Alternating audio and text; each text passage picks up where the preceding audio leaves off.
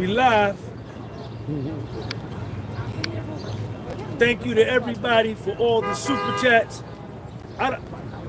Can y'all hear me? Because I got my microphone on. I need a mic check. Can you hear me? Whoever that first person is in the live, can you hear me good? If I talk at this voice, can you hear me good? Because I got my mic on. Let me make sure I got my mic turned on. Hold on. Let me turn it on. Hold on. All right, I got my mic on. Can you hear me good? Somebody leave a comment if you can hear me good. Can you hear me good? Because if not, I'm going to get rid of this. Hold on, maybe I got to put my Bluetooth on. Hold on. Hold on. Bluetooth. Hold on, y'all.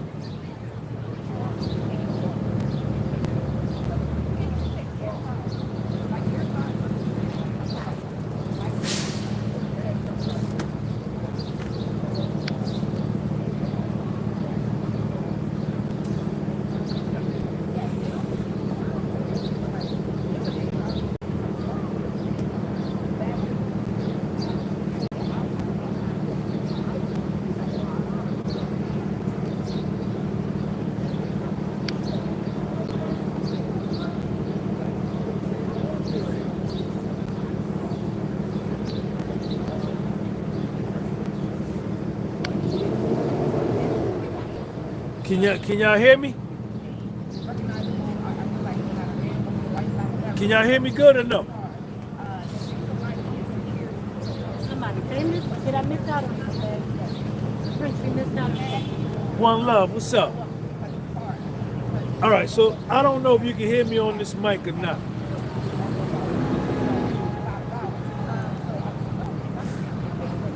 Yeah, I got a good one for you today.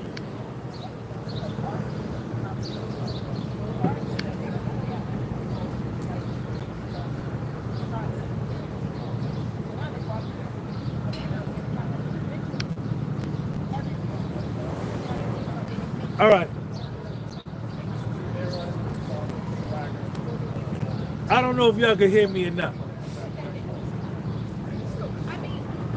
One Love, Cayenne Lambert, Freddie Flintstone fan. Can still hear you though, still coming through the phone. It's still coming through the phone audio? Okay. All right, so look, this is what we got. Wednesday, May the 21st, 2025.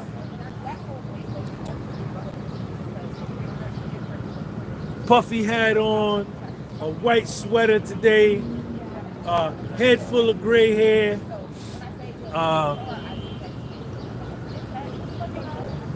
In this episode of Better Call Saul. All good, let's go. Is the volume good? Is the audio good? Give it a thumbs up. Give it a thumbs up. Audio good. So, the government put on the stand today a clinical and forensic psychologist. Her name was Dr. Hughes. I think it was Dr. Catherine Hughes. Okay?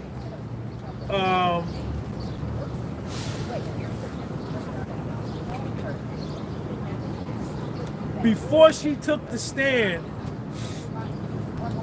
the defense, Puffy's lawyers, and the prosecution were going back and forth about two issues.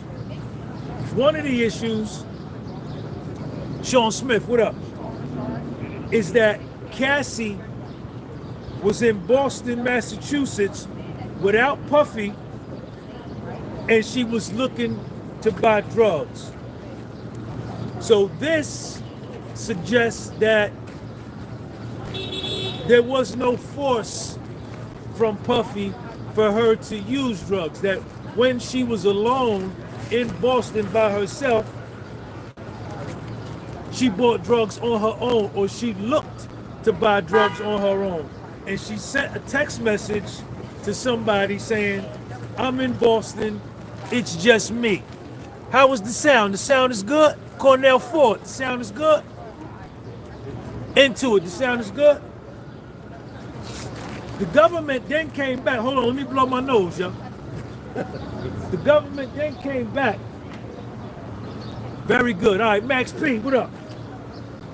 Hold on, it's still cold in New York. I got a good one for you, man. The sound is good, okay. I ain't gonna ask no more. I ain't gonna ask no more.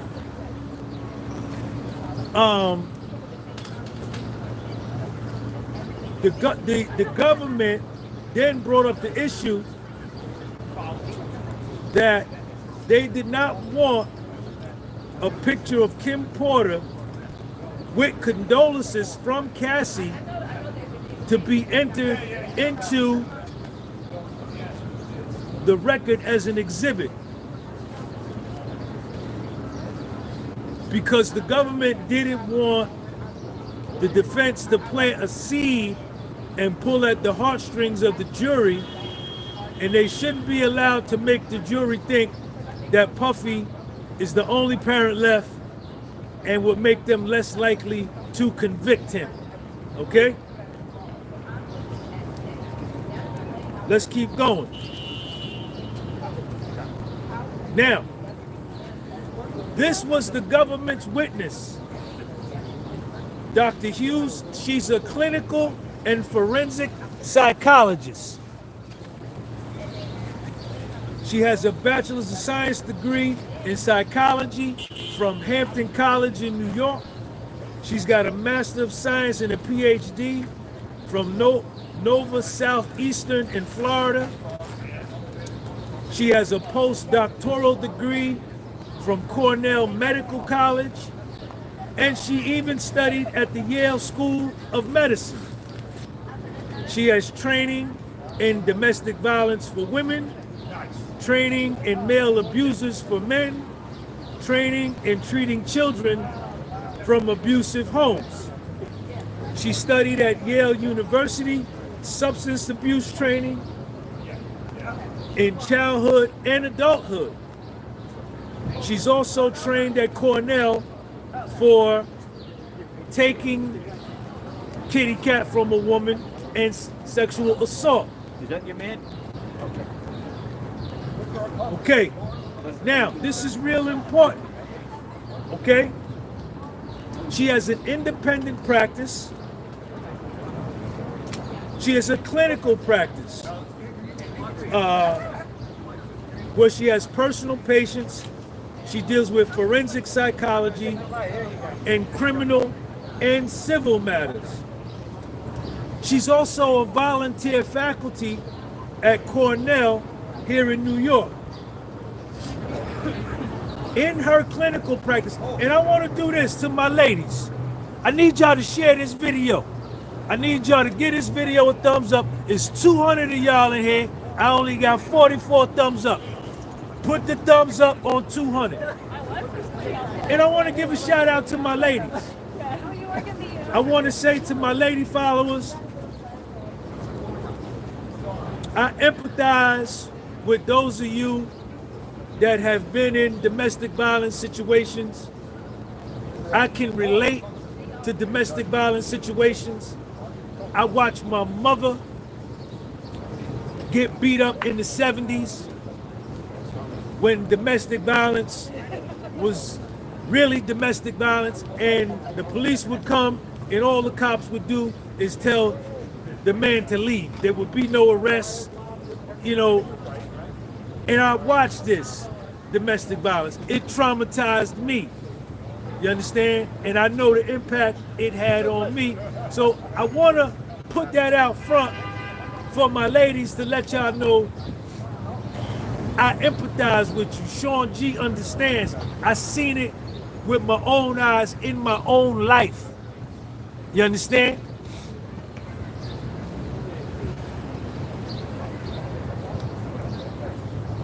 Latanya Dickerson, what's up?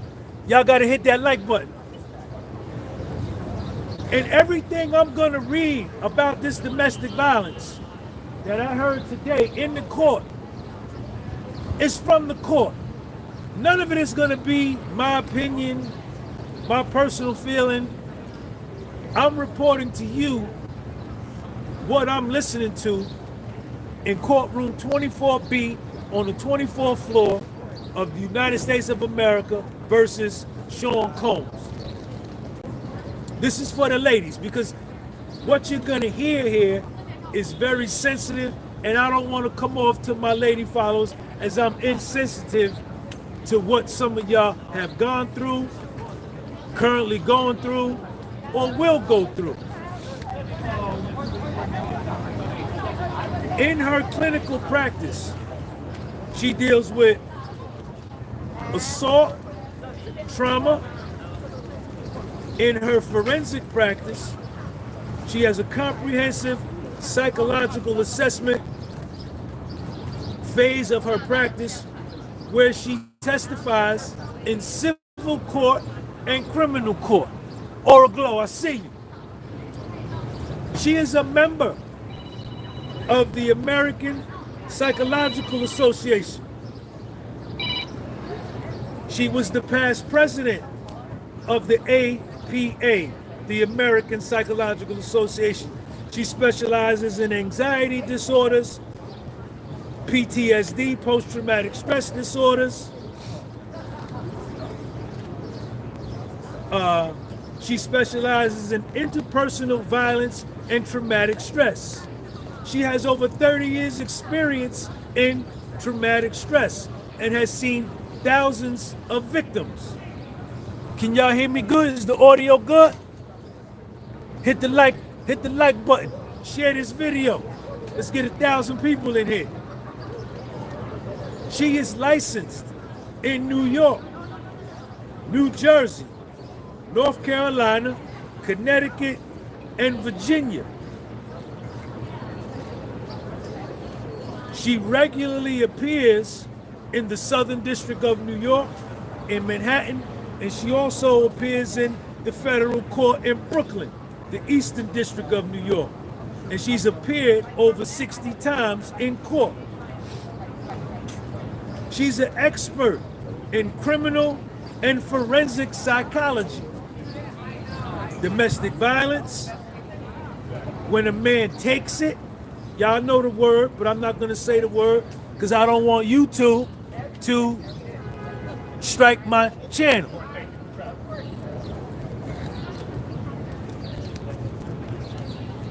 And also assault. Check this part out.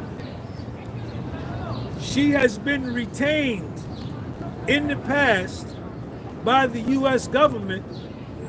The prosecution, she charges $600 an hour or $6,000 a day. Now, I just wanted to lay that groundwork down. Can y'all hear me good? I need y'all to hit that like button. She is often retained by the United States government for $600 an hour. Aura Glow, thank you for the super chat. Or she charges $6,000 a day. Now, this is the direct examination of the prosecutors are direct examining her. And they ask her, why do victims remain in relationships during domestic violence and abuse? She says there are 3 different types of abuse that happen in domestic violence situations. Abusive behaviors, psychological abuse, emotional abuse, financial abuse, physical abuse. Share this video. She said there's a second phase. Love, attention from the abuser, companionship from the abuser, and an attachment bond where the victim becomes attached to her abuser. The third phase are the psychological consequences and the disorders that if I leave, like what's gonna happen to me financially, emotionally. And that this study has been around for 40 to 50 years. She says that the dynamic in a domestic violence relationship where there's an abuser and a victim is power and control. Check me out, y'all. Y'all stay with me. Stay with me. That power and control can come from hitting the victim, beating up the victim. The victim then begins to feel fear, scared.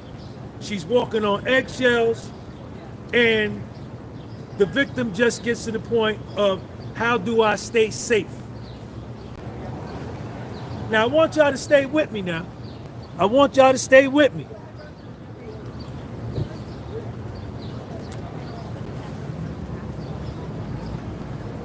Who is that right there? Tony Q. My man from Ohio, Tony Q. Thank you for the super chat. Ladies, stay with me now. Be patient with me, ladies. I'm just going on what I'm getting from the court. This ain't my opinion. She says when the victim feels fear, they either have two reactions in an abusive domestic violence relationship. At the low end, it's just anxiety, and at the high end, they could feel like they're gonna die or be killed. Then she made the interesting point that physical violence doesn't have to be used all the time in the abuse. That once the abuser abuses the victim one time, that sets the tone and the foundation in the victim's mind that I can be hurt by this person if I don't allow them to control me, or if I don't agree or cooperate. Right? That's real important, because she said that once the first incident of physical violence happens against the victim, that's all that needs to happen, because now the victim knows that the abuser is willing to take it to that extent.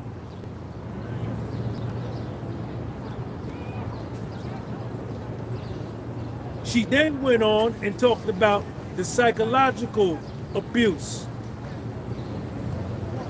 physical threats, intimidation, walking on eggshells.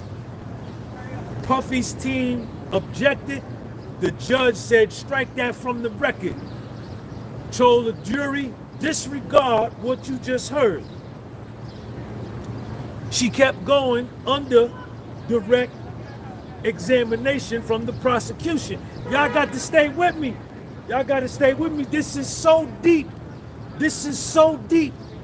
This is so deep.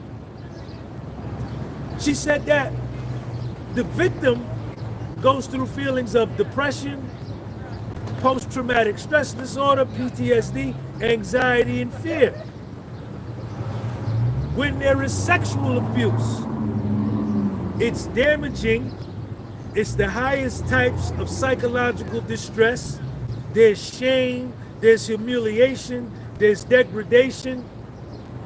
And the shame, degradation, and humiliation prevents the victim from leaving. So they remain in the abusive relationship because of these thoughts and feelings. Then there's the emotional abuse. They get the demeaning, low self-esteem, depression, low self-perception. They can't talk about it with nobody So it keeps the victim stuck. Okay? Stay with me. I need y'all to stay with me now. Y'all still there? I need y'all to share this video with somebody. You got to share this video with somebody right now. Do me that favor and get a video a thumbs up. I'm live from New York. I'm right down here. Here is the next phase of why victims, and I'm being real conscientious and I'm being real deliberate by not using the synonym her, right? I'm using just victim, because an abusive relationship can occur between female, male, female, female, male, right? The role of victim and abuser can be interchanged. And that came up in this case because the clinical psychologist, the government's witness, Dr. Catherine Hughes, or Dr. Hughes, she kept either slipping up or deliberately saying her, as if referring to Cassie. But y'all got to stay with me, because this thing get deep.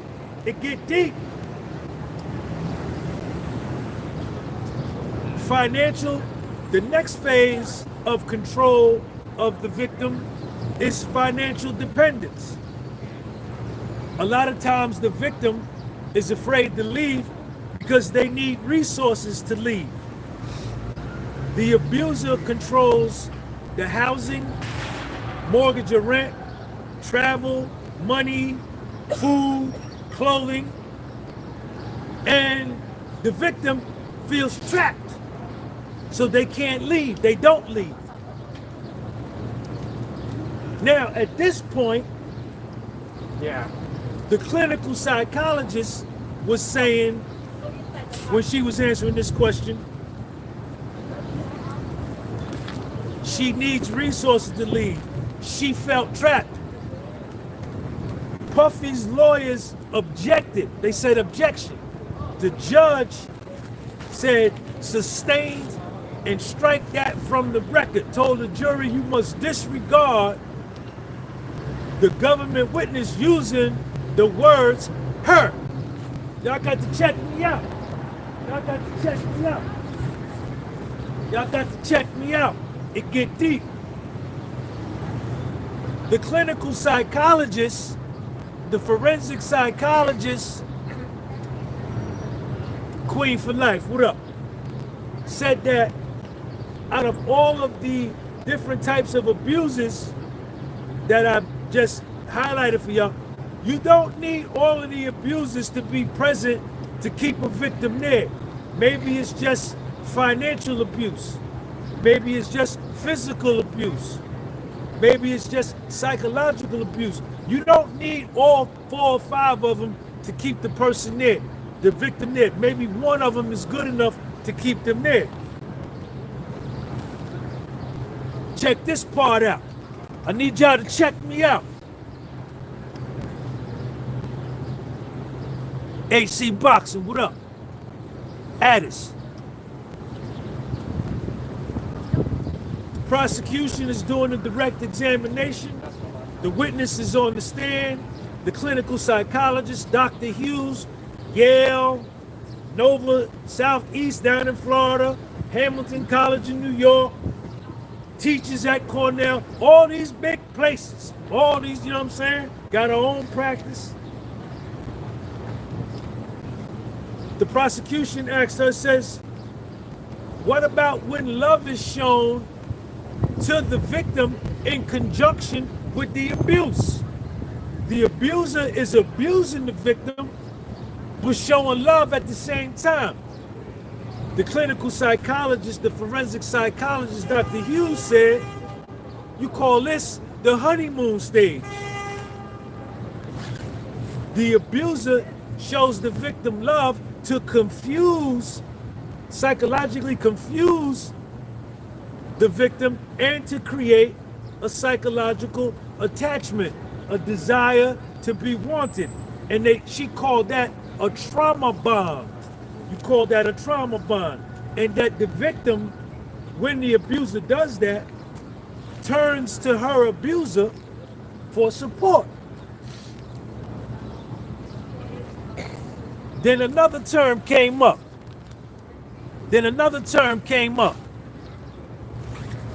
Wayne 704, what up?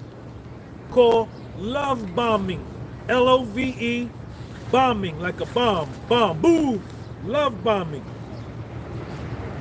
When the victim gets up enough courage to leave, the abuser shows them love, gives them money, buys them gifts, takes them shopping, gives them attention, brings them flowers, does things, you understand, for them to keep them near. And that before a victim finally leaves, it usually takes them multiple attempts to leave the domestic violence situation. And that victims often return after they leave.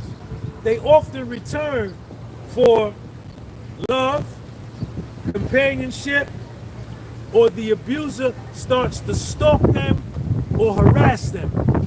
And they feel like the abuser's harassing, stalking me, I might as well go back.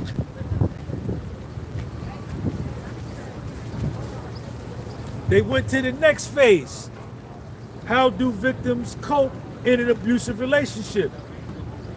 They go get outside help, they get a restraining order, they go to the police, they go to a shelter, or they go to a Title IX.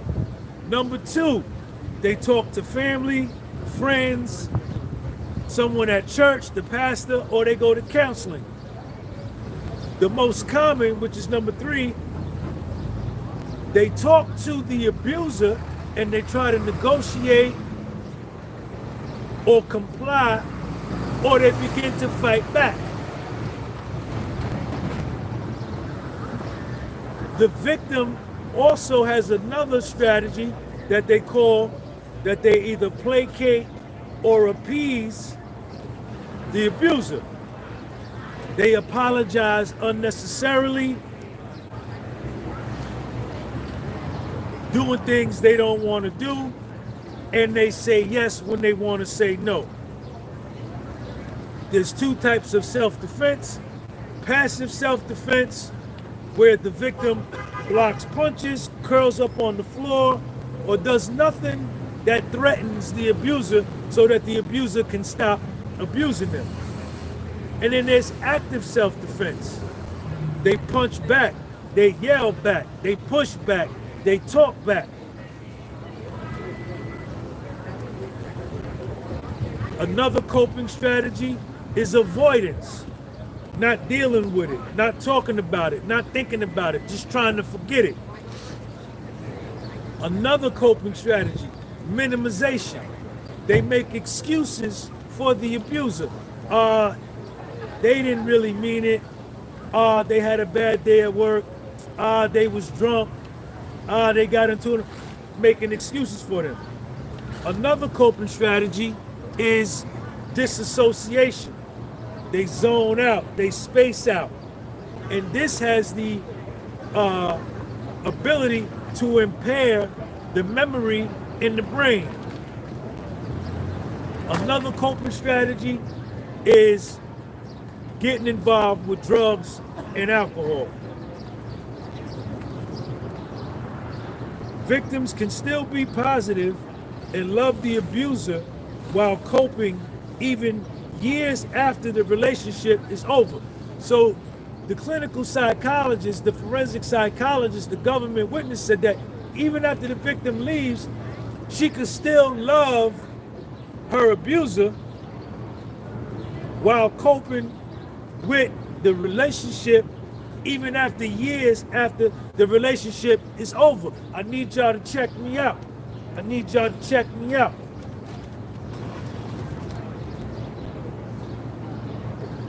Disclosure. The government prosecution is direct examining the witness and says, what about disclosure?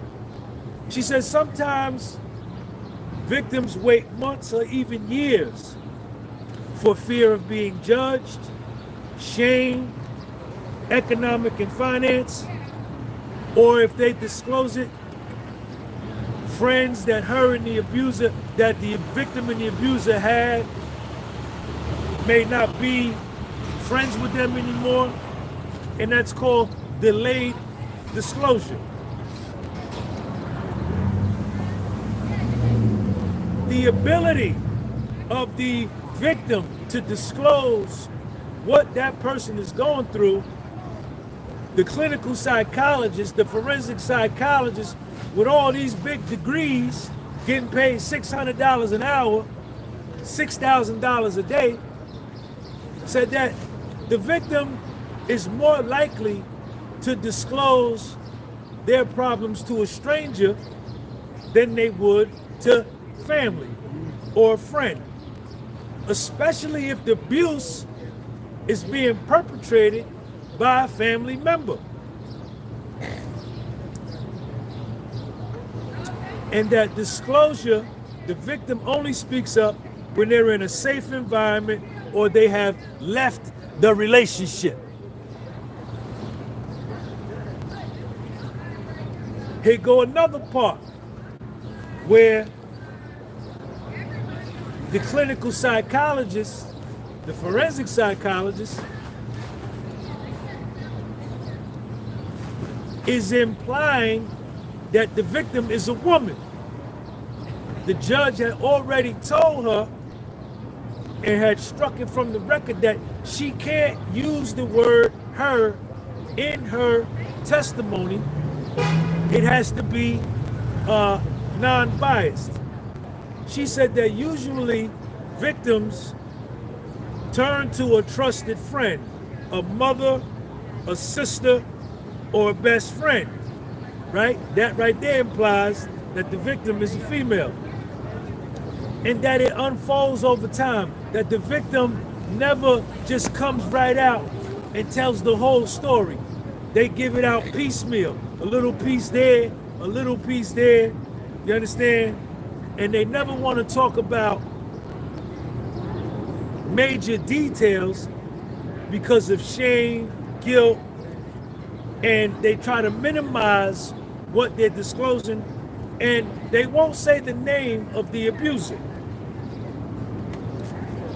The impact of trauma on memory. You forget lack of details, you forget, and you have a problem recalling actual facts.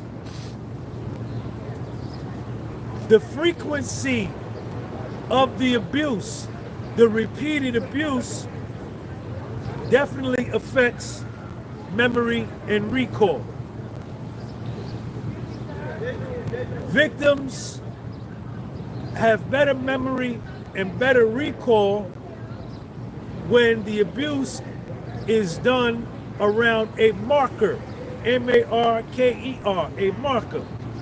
Birthday, Thanksgiving, Christmas, snowstorm, wedding, hurricane. That makes the memory stronger when the victim can say, yo, I remember on my birthday, you did that right there. Yo, remember that time Thanksgiving we was over there? These are different markers versus regular times when there is no marker. Yo, now y'all got to check me out. We finna get deep. Hey, Don Burr, my notebook better than your notebook. Yo, Puffy's lawyer, this dude named Mr. Bot. I thought it was Brian Steele at first, but it wasn't Brian Steele. It's this dude named Mr. Bot. The government rests. They're done with their direct examination. The judge says now, you could cross-examine. And Puffy's lawyer, Mr. Bot, got up, and y'all need to check me out. Y'all need to check me out. He gets up and he says, Miss Hughes, isn't there, he says, I heard your testimony, and I understand your experience and your qualification, and you've been doing this for 27 years, but isn't there individuality in every victim? You can't diagnose somebody until you hear what they say, until you've heard what they have to say. Isn't this how you conduct your forensic and clinical practice? She said, yeah. Puffy's attorney. Everybody doesn't fit into a box, do they, Mrs. Hughes? And each individual person has something to say. As he's saying this, you could see Dr. Hughes, the clinical psychologist, the forensic psychologist, start to get deflated and get defensive.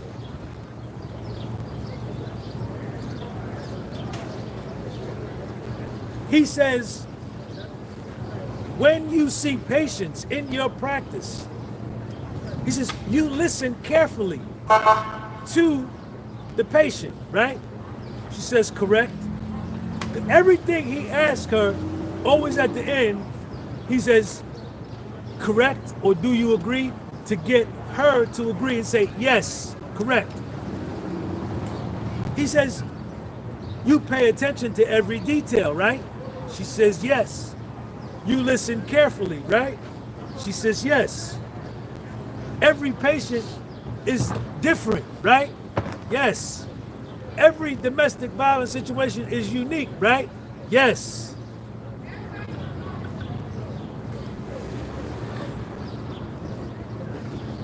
He then gets her to compare and contrast forensic psychology and her forensic practice versus her clinical practice. For her forensic practice, she goes to other sources for info, courts, judges, and the jury. You listen to what the person has to say, right, Mrs. Hughes? Correct? Yes. Then he says, in a civil case, Mrs. Hughes, this Puffy's lawyer, in a civil case, the interviewee, the patient, will have certain motivations as to why they're given the testimony they're given. So you have to cross-check and do a deeper dive and be more skeptical if it's a civil suit and they're looking for monetary gain. Is that right, Mrs. Hughes? She says yes. Maybe you can do me a favor. Cigarette smoke. Yeah. Yeah, appreciate you. Thank you. What YouTube is your channel? The podcast was sold. For podcast was sold? The podcast was sold. What's your name? Danielle. All right, Danielle. Appreciate you. All right, All baby. right. All right. Love your energy. All right. Thank you. Let me get the P. Diddy shirts. I need the $20 an hour. You have to cross-check with police reports, background. You do a structured interview, right? She says, yes. I need everybody to get this video a thumbs up. I got 700 people in here. You understand? It ain't no thumbs up. Manufactured Realty. What's up? Wayne 704. Y'all got to check me out.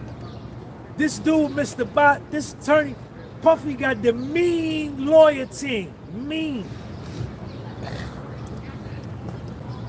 Mr. Bot, Puffy's lawyer, is cross-examining the clinical psychologist and the forensic psychologist, who is a government witness of the prosecution, who charges $600 an hour or $6,000 a day, studied at Yale, teaches at Cornell, bachelor's degree, master's degree, doctorate, postdoctoral at Yale, all that.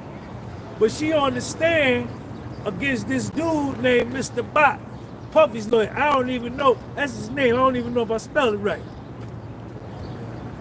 Mr. Bot says, let's talk about comprehensive forensic evaluation. He says, my eyes watering, y'all. It's cold out here. When you meet with your patients, you have to give your patients tests. Personality assessment tests, a TSI, a trauma system inventory, and you have to do multiple evaluations, correct? The forensic psychologist says yes. You have to talk to the individual, right? The forensic psychologist says yes. Then a term came up called malingering. Malingering. And I guess this is some kind of term specific to psychology, and it talks about exaggerating or distorting the facts or prevaricating. Who is that right there? Treadmill Games. Treadmill Games, thank you for the super chat. Malingering is a psychology term used for when victims exaggerate and distort facts or they fabricate facts and events, or they prevaricate. Now, when you prevaricate, you stray away from the truth, or you just outright lie.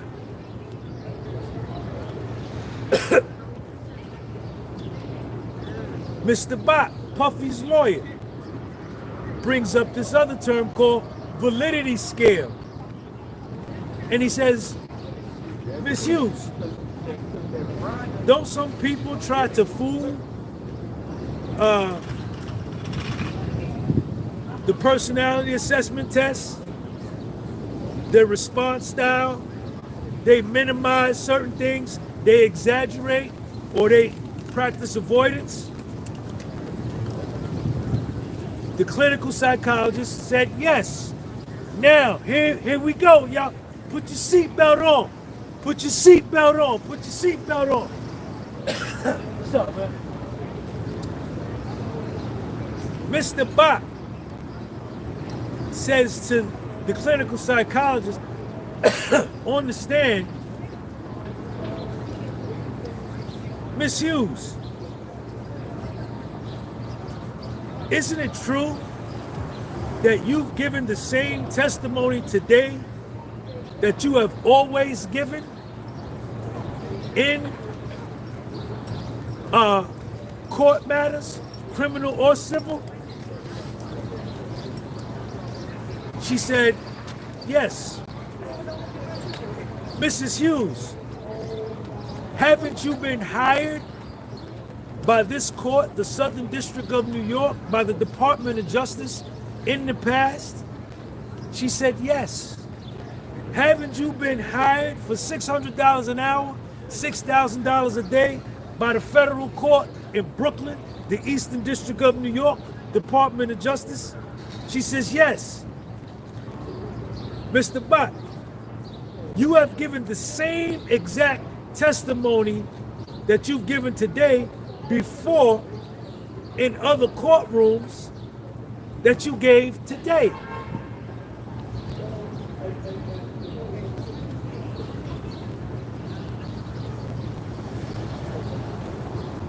He asked her, questioner, are you sure you haven't read any info on this case? Are you sure you ain't read any info on this case? Mr. Bott, Puffy lawyer.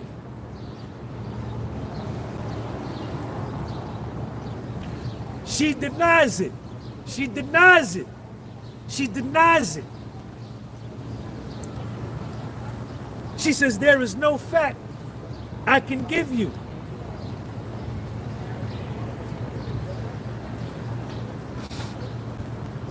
Then she starts talking about bioneurology of the brain.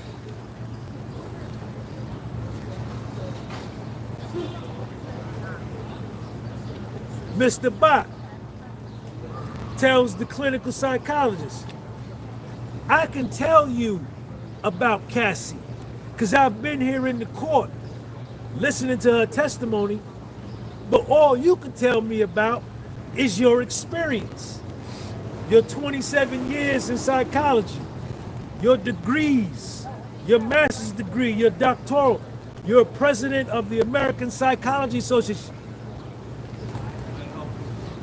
Mr. Bott, ask her, you haven't spoke with one witness in this case, right? She said no.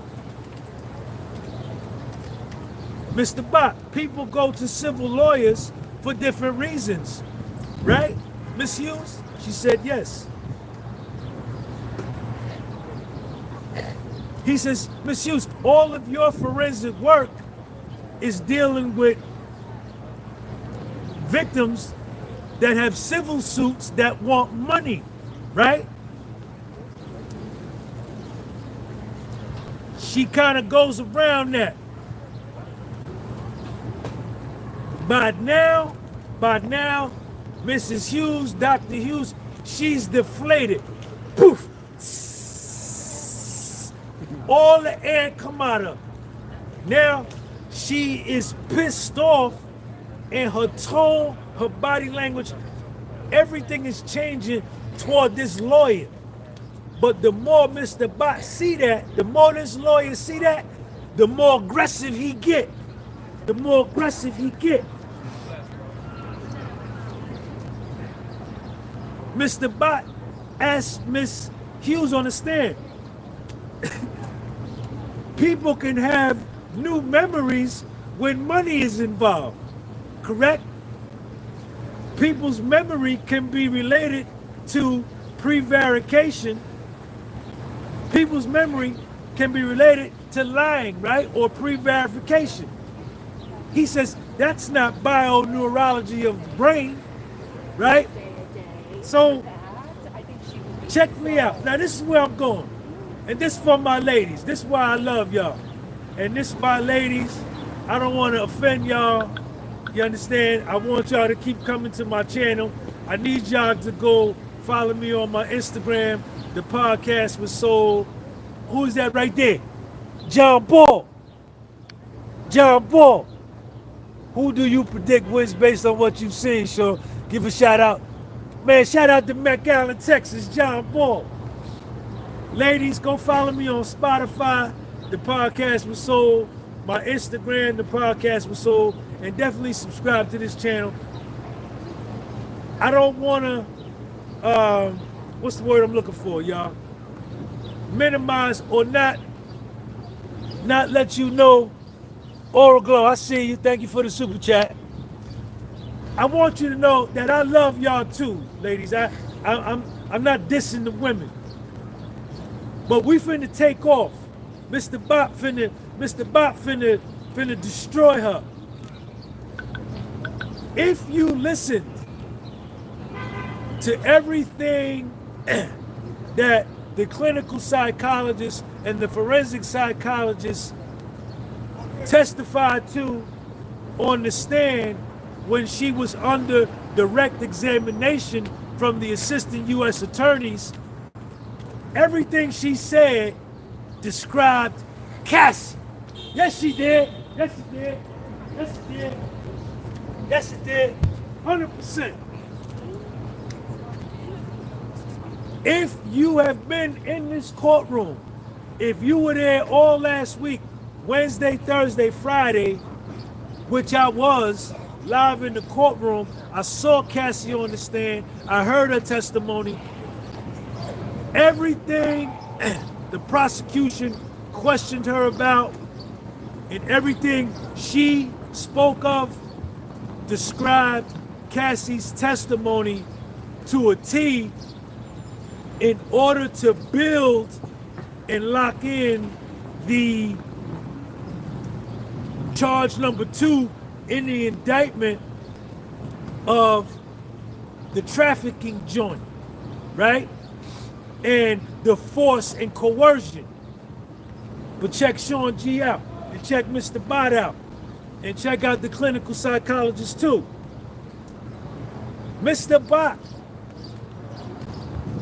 is questioning, cross-examining Dr. Hughes. This is Mr. Bott.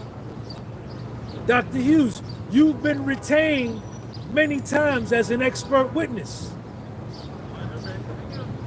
Dr. Hughes, you train other clinical psychologists and forensic psychologists like yourself how to testify in court. Am I right? She started talking about something else. She started talking about something unrelated. But Mr. Bot, boom, brought her right back. Said, don't do that. Dr. Hughes, isn't it true? You prepare other clinical psychologists and forensic psychologists like yourself how to go through direct examination and cross-examinations. Dr. Hughes started talking about something over there. She don't answer the question. That's twice in a row. She trying to deflect. But Mr. Bot ain't going for it. He bring her right back. Boom. Don't go nowhere.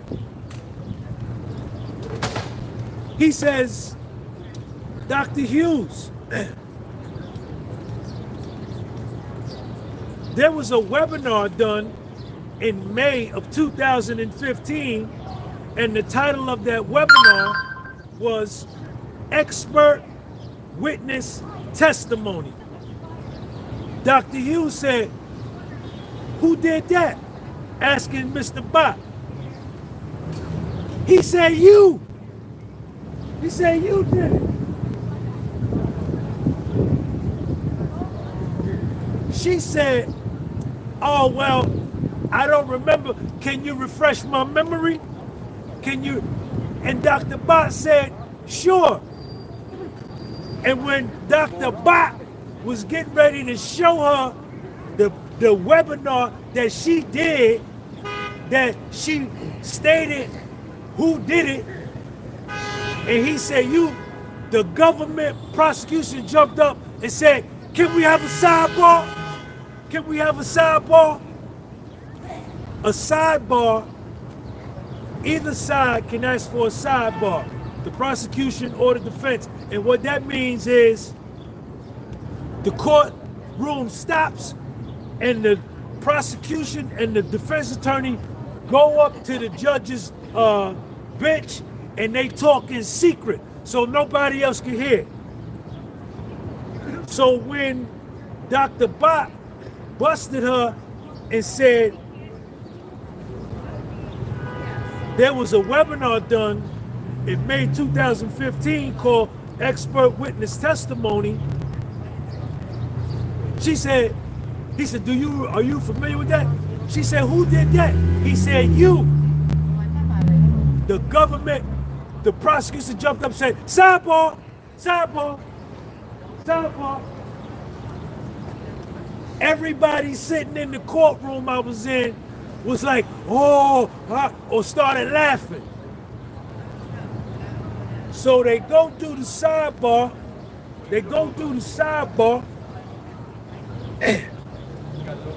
and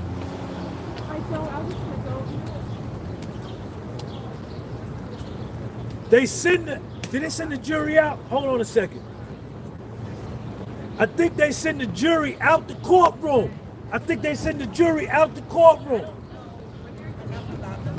And now, that was just the prosecution and Mr. Bot, now they arguing about this webinar, but we can hear it now. And the prosecution is saying like, yo, we don't want Mr. Bot to submit this document and put it in the clinical psychologist, the forensic psychologist's hand who getting paid $600 an hour, $6,000 a day. We don't want this, we don't want him to put it in her hand because it's gonna take us, all down the street and around.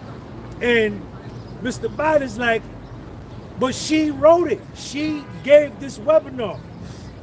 So eventually the judge denies the submission of this webinar but he did tell Puffy's lawyer, said, you can ask her about it when you see there's some inconsistencies in her testimony or where she lying. You can question her about certain parts, but I'm not going to let you give her the whole thing and then we here for 2 hours. He said, no, you're not going to do that.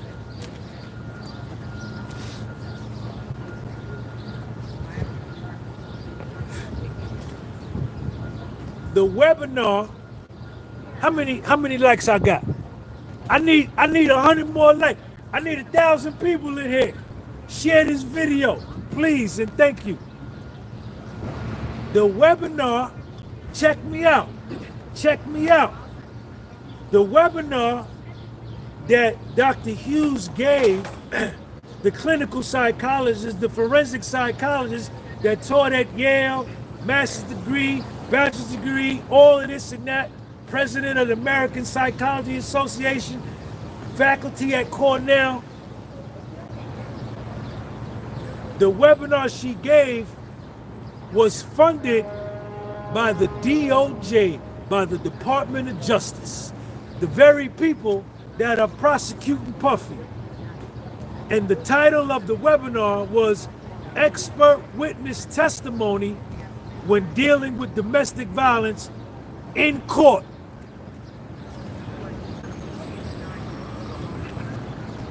There were 4 parts to the webinar. Number 1, advanced preparation.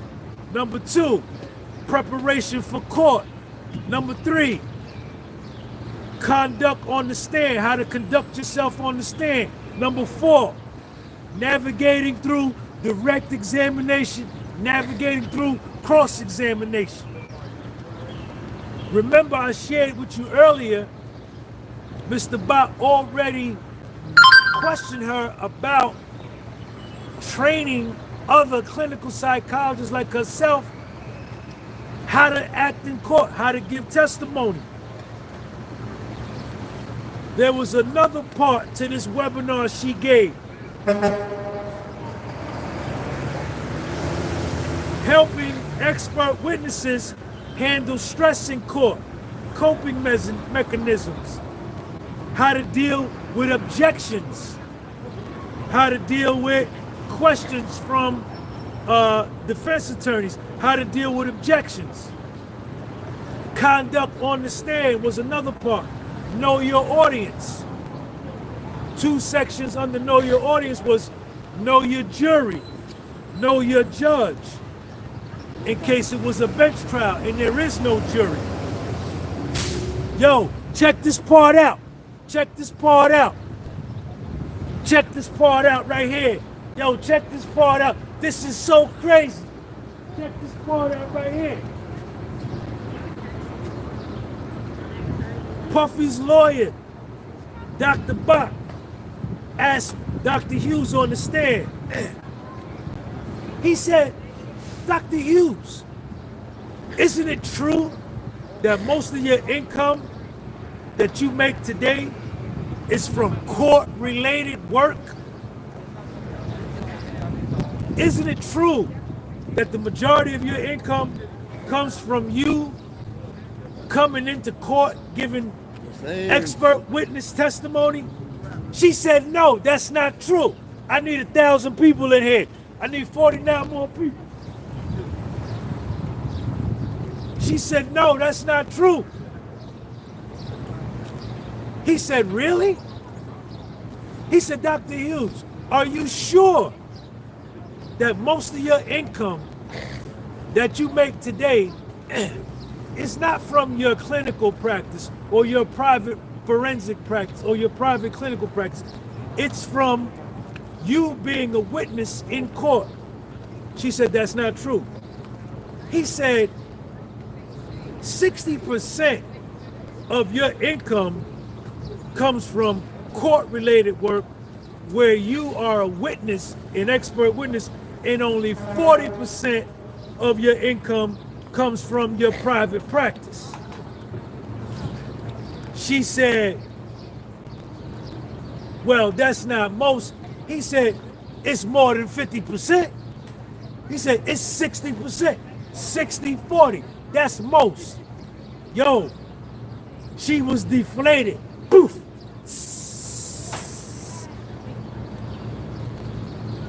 then Mr. Bott said that, Mr. Bott said, and don't you give the Southern District of New York and the Eastern District of New York and Brooklyn a lower rate? Instead of your $600 an hour or $6,000 a day, you charge them less because of the amount of work that they give you?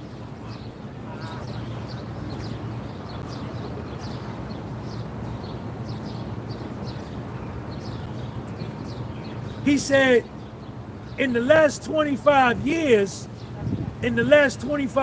Dr. Hughes, you haven't published any work.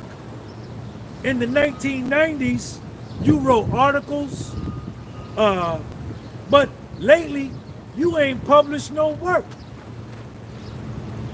You're not tenured at your professor job. Your professor job is you're a volunteer faculty. Right?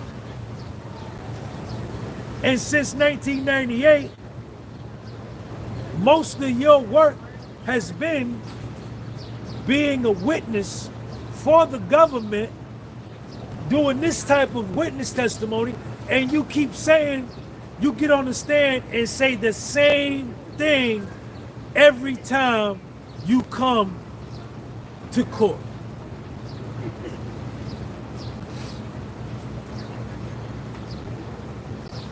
Puffy's lawyer, Mr. Bott, he said, Dr. Hughes, you've been doing this for 27 years. In 27 years, you have never come into court and defended a man accused of a sex crime. Dr. Hughes, you got all these degrees, bachelor's degree, master's degree, psychology, PhD, postdoctoral, Yale, president of the American Psychology Association. But in 27 years, you have never, not once, come into court and defended a man accused of sex crimes. Her reply was, I don't evaluate offenders. But you sure do judge him. But you judge him. But he can judge him. He said, I won't work for him. He won't. Mr. Bott, Puffy's lawyers. Shout out to London.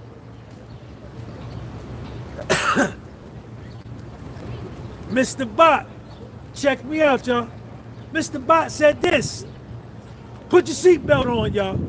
Put your seatbelt on and get you a drink of water and get you some popcorn.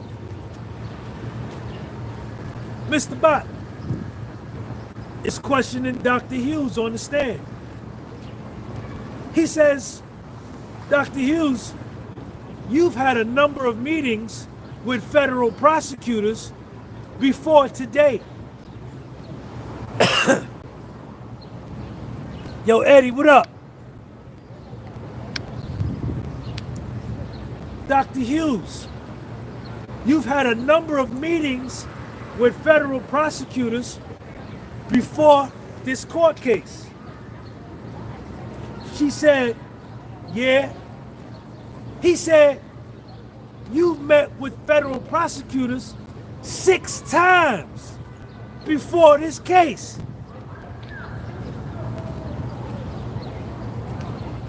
All right. Thank you for the super chat. You've met with federal prosecutors 6 times before this case, before this trial. You met with them in person. You met with them by video call. All of these meetings that you met with the prosecutors were more than an hour long. You've communicated with them by email. And you've gone over questions and testimony that they are gonna ask you about when you get on the stand.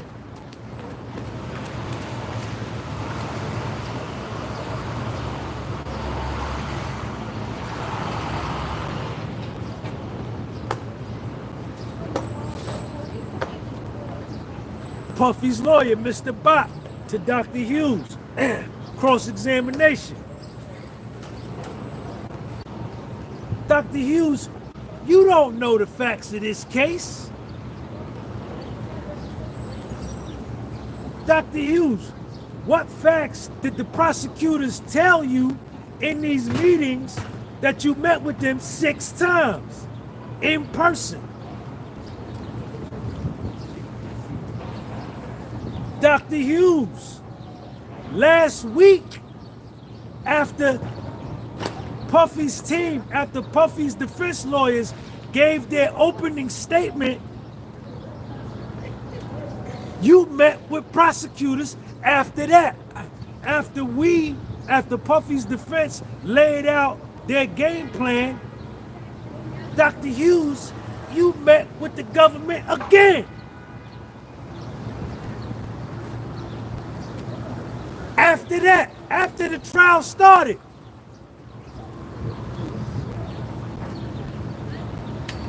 Dr. Hughes, isn't it true? Isn't it true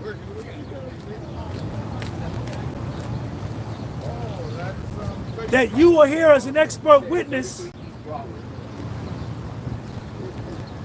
You met with the government again with federal prosecutors after Cassie testified.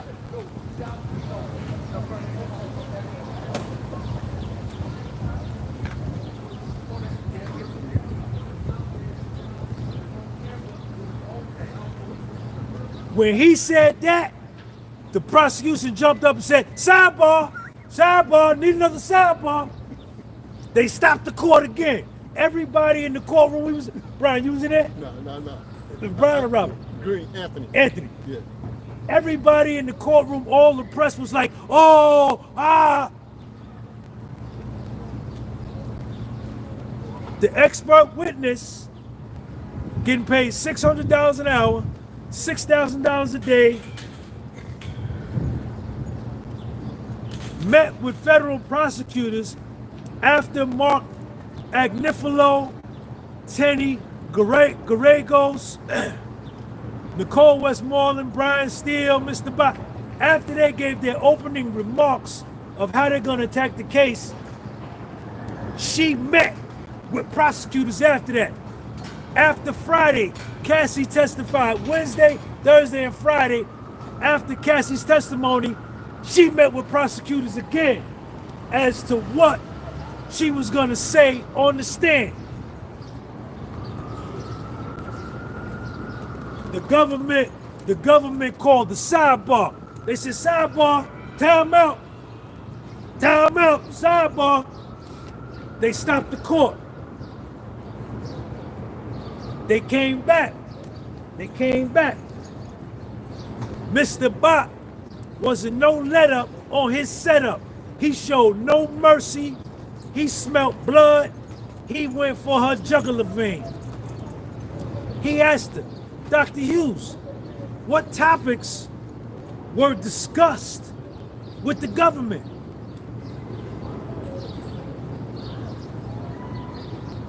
Dr. Hughes said, I was helping them about the case. I swear, yo, this is a true story. When they came back from the sidebar, Dr. Bott went right at, Mr. Bott went right at it again.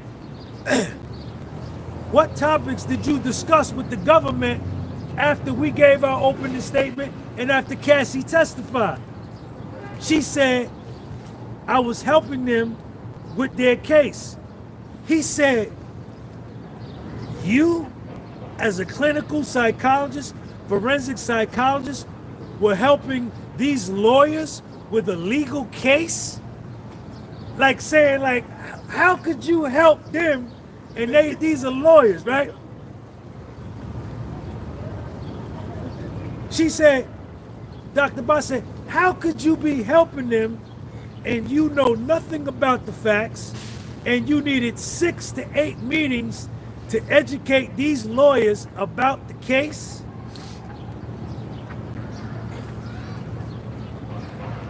The government jumped up again. Sidebar, sidebar, time out, sidebar. Stopped it again.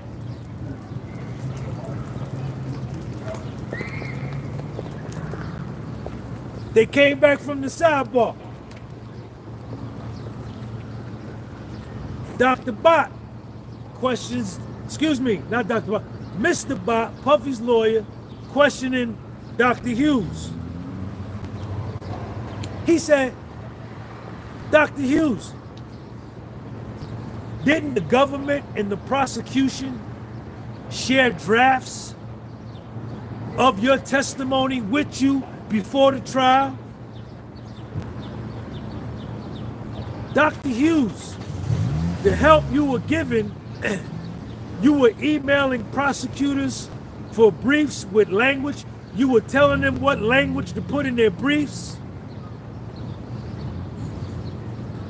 Dr. Hughes, what you were doing was advocating for their side, for the prosecution, meaning you can't be, meaning you're biased, you're compromised. Dr. Hughes, you're getting paid by the Department of Justice, which is the same people that pay these prosecutors. You met with them again. You knew you would be a witness in this case. Yet you were emailing them language to put in briefs. You were helping them get their testimony together. And he says, Dr. Hughes, aren't you supposed to be here as a blind witness? She said, yeah. He said, I have no more questions. Grace. Grace. I'll get ready to roll out. All right. And you gone? Yeah, thanks, man. Okay. You coming down tomorrow? Yeah, for sure. All right. I'll see you in the morning. All right. You coming out? In the afternoon. You coming in the afternoon? Yeah. I'll see you in the afternoon. All right.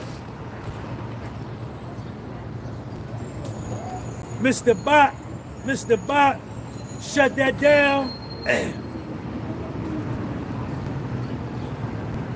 Yo, the prosecution gets up and do a redirect.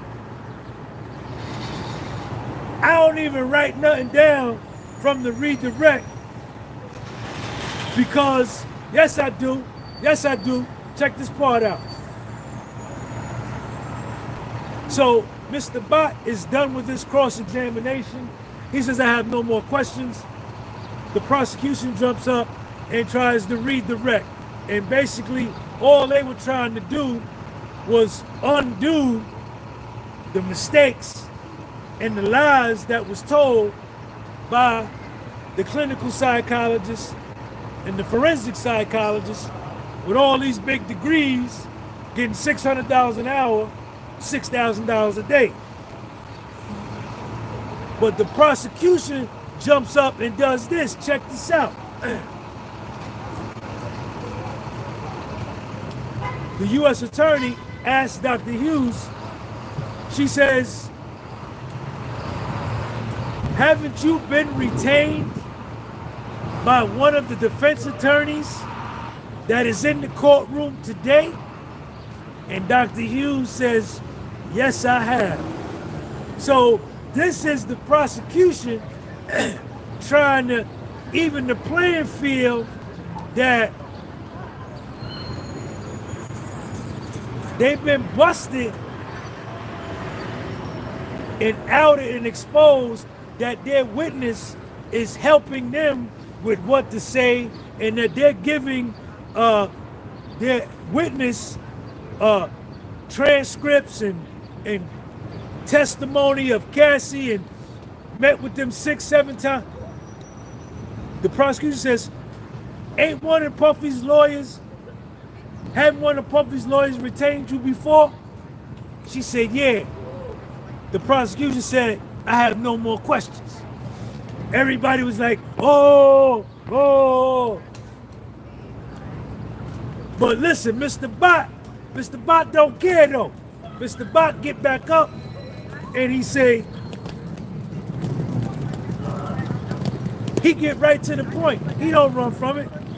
He say, Miss Hughes, Dr. Hughes, you worked with Mr. Steele, Brian Steele before, right? He said, yeah. He says, wasn't that a case where a woman was a victim of domestic violence, which is what you doing now? And didn't she shoot her husband in the head 5 times? She said, yeah. And that woman was a victim of domestic violence? She said, yeah. And then Dr. Bot said, and after Brian Steele met you, he decided not to even hire you.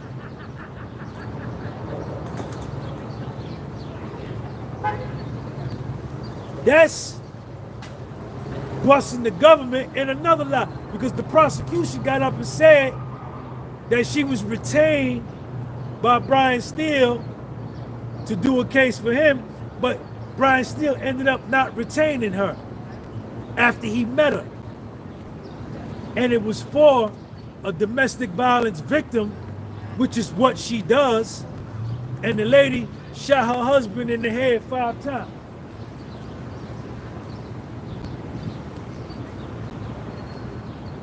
And then Mr. Bot says, Dr. Hughes, isn't it true that nothing stopped you from reading trial transcripts and witness statements, basically saying that we feel you've read Cassie's testimony. We feel you've read everybody's testimony before you got on the stand today. Because we know you met with the government 6 to 8 times, and that you met with them twice after the trial had already started. Then that was the it. That was the it. That was it for her. She got off the stand, and then they brought another dude on the stand, one of Puffy's executive assistants. But I'm gonna do him tomorrow because I think they got more stuff to talk with him. They didn't finish with him today. But yo, man, crazy, man. Crazy, man.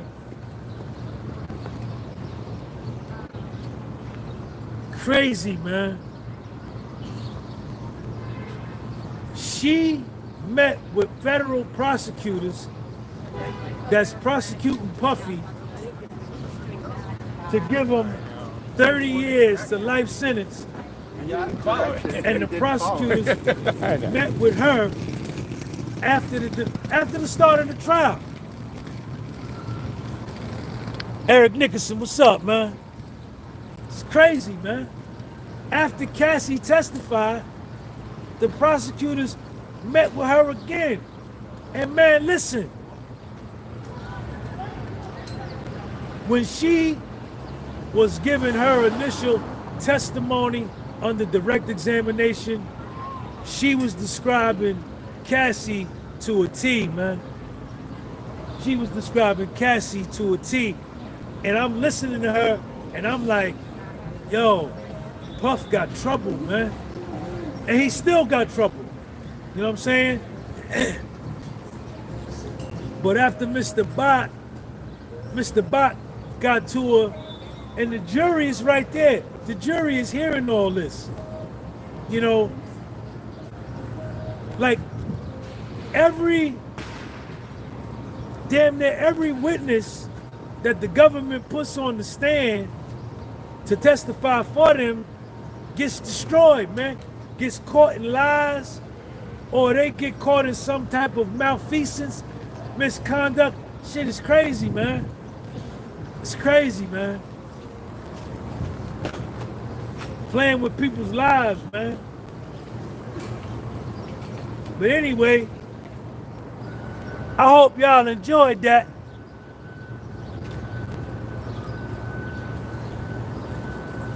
just telling you, man. You know what I'm saying? It's crazy, man.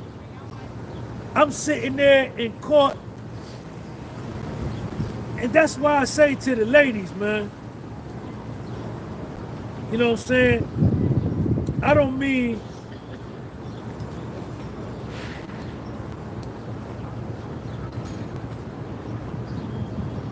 you were discussing topics with the government.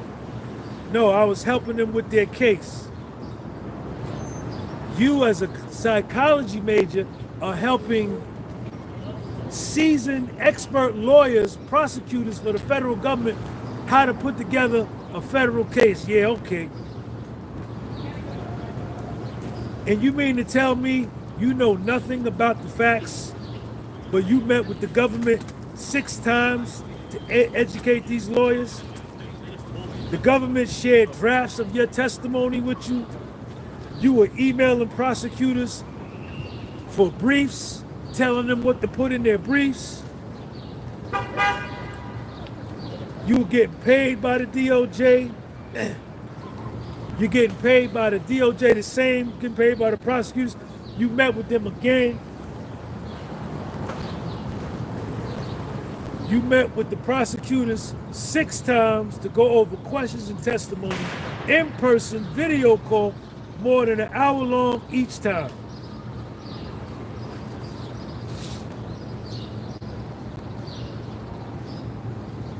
AC Boxing, blind witness helping prosecutors. So I'm just telling y'all what it is, man. You know, Puff ain't out the woods, because you never know the jury, but I'm just giving you the facts, man. Sean G, and I'm gonna see y'all tomorrow. I want to thank everybody that gave super chat. I want to thank everybody. I got 1,000 people in my live, first time ever. Appreciate y'all for that. And I'm gonna catch up with y'all tomorrow. Make sure you go follow me on my Instagram, The Podcast with Soul, and on Spotify, Podcast with Soul. Sean G. Peace.